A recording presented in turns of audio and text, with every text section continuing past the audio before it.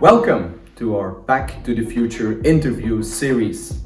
In this series, we interview insight leaders and professionals from around the world, and together with them, we discover what the future might hold. Today, my colleague Jeff Haselum from our New York office and one of our global client partners is interviewing Tanya Laidlaw, and she is Senior Customer Insight Proposition Manager at Philips. They talk about two important topics. First of all, brand activation in the post-COVID era, and secondly, research agility.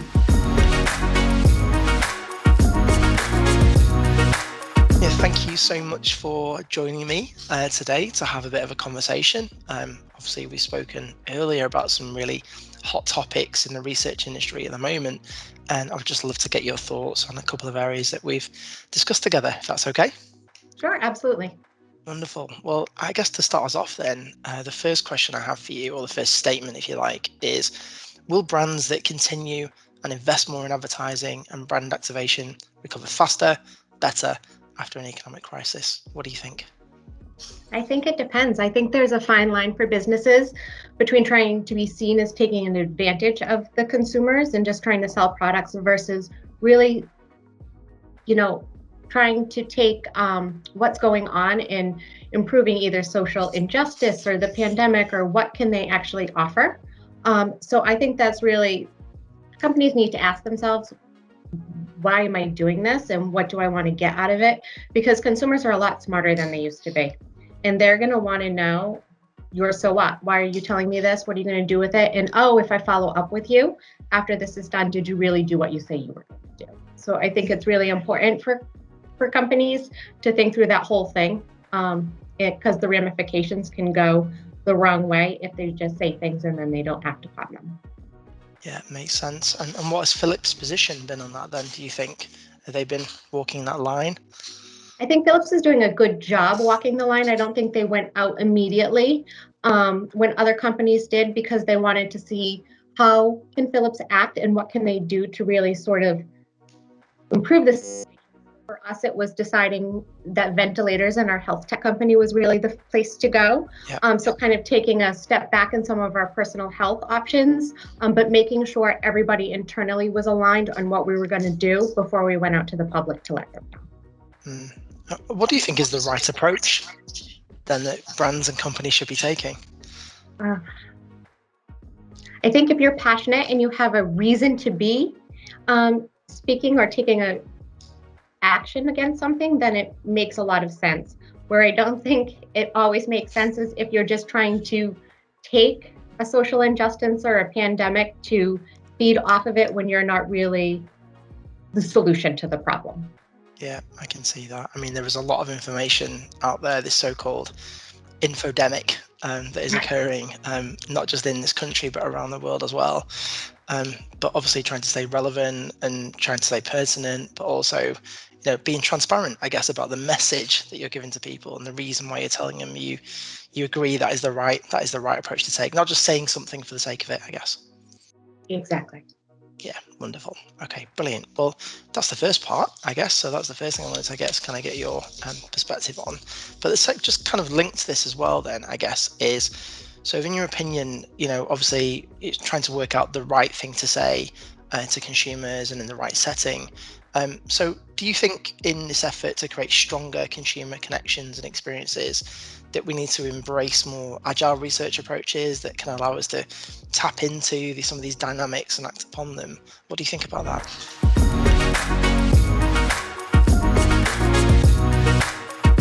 I don't think there is a time that's been like today when it comes to, we have a pandemic with a recession, with unemployment, social injustice, everything sort of boiled up. So we are in a time that we've never been before. And now more than ever, is it time for us to do those quick pulse agile research. We know that just daily with what's going on, people's thoughts and attitudes and behaviors differ from day to day. So we should start getting away from those big, 25-minute questionnaire. And I think this is how you're going to have to be for the next 5 years. Yeah. You can talk to someone, and depending on the day, it depends where the pendulum shifts. Really, what I think is we're going to have to do those constant, particularly when people are at home. What are they actually doing now versus what do they think they want to be doing? And it's those shorter time periods, and actually seeing, do they actually have a stockpile of toilet paper? Are they being rational or irrational with the decisions that they're making? And how do you think do you think it's better to work with a smaller group of people and to speak to them often and sort of more frequently and more quickly? Or do you think it's more of a taking just unique smaller samples and working with them over a period of time? What do you believe in? I think either way we do it, it needs to be at different periods of time. I would go more with watching that one person's journey through things. And I think there'll be particular places where we're going to need to go back. And that's where, like, who's going to win the election? When do we have a virus? And that is another sort of major shift that people will have. But until then, it's sort of what does the news say today, and how are things faring as to how people will feel and what they think and say they're going to do.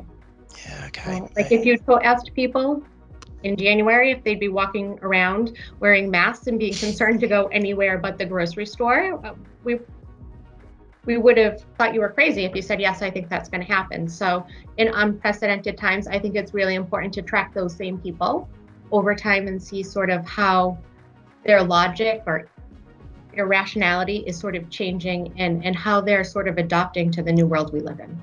Yeah, and how do you think, I absolutely agree, but how do you think, what are the research skills of the future then to deal with this, do you think? As an insights professional, like, what do we need? How do we need to think differently? How do we need to be to interpret this strange new world that we're all in at the moment?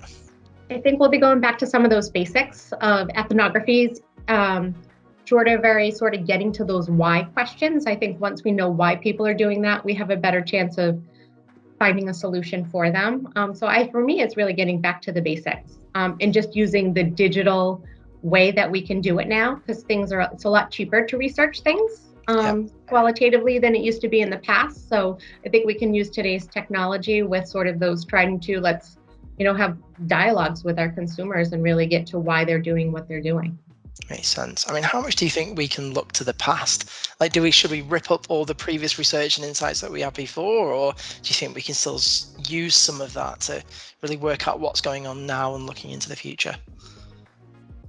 I think we can use things, and I also think maybe within the next 3 months, what we research might not be the best thing to look at, but who's to say, when we have a vaccine and the pandemic's over, that maybe people will kind of adjust back to where they were before. And so then we don't know if this is sort of that big shift or if this is sort of just a bump in the road.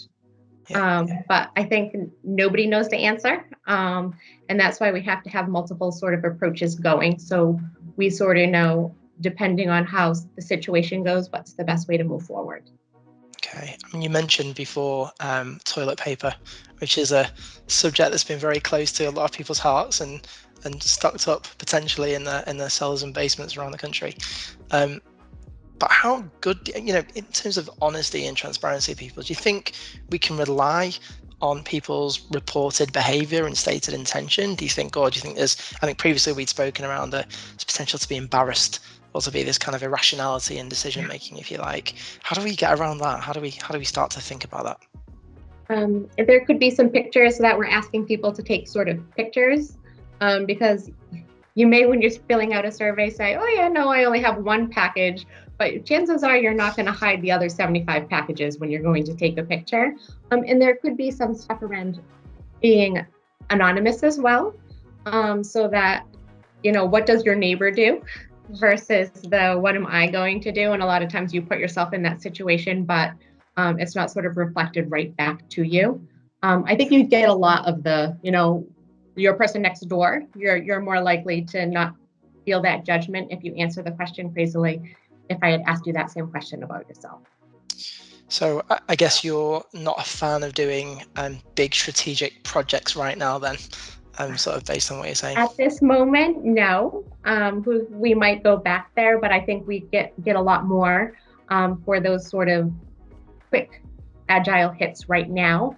So we can also pivot as we're getting those whys in. We may find that it's really a solution or a hypothesis we never had initially come up with, but it'll allow us to sort of not spend all our money in one go, but to sort of learn, iterate.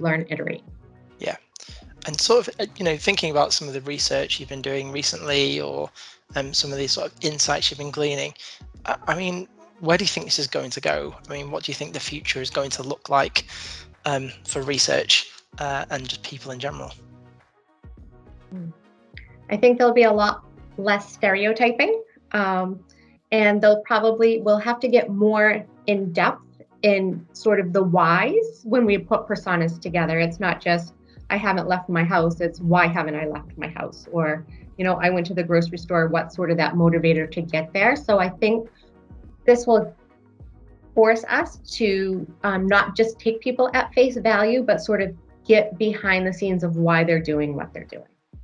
Do you think then that all of these things considered, that I guess research and insights has grown in importance then, in terms of how it's considered within an organization such as Philips? Would you say that's sort of, there's lots more people clamoring around to get information now than ever before? Have you seen that change? Absolutely. I think we're asked to do more with less, and get information within a few days when we used to be okay waiting, 4 to 6 weeks to get something back. And I think there's a lot more, again, it's not just the 58% of people say X, it's a big shift now from just those quantitative numbers to more qualitative answers. Yeah, lovely. Well, thank you so much. I've really enjoyed talking to you, and I really appreciate your time. So I love you today. Thank you so much, Tanya. Much appreciated. Thanks, Jeff. Good to talk to you.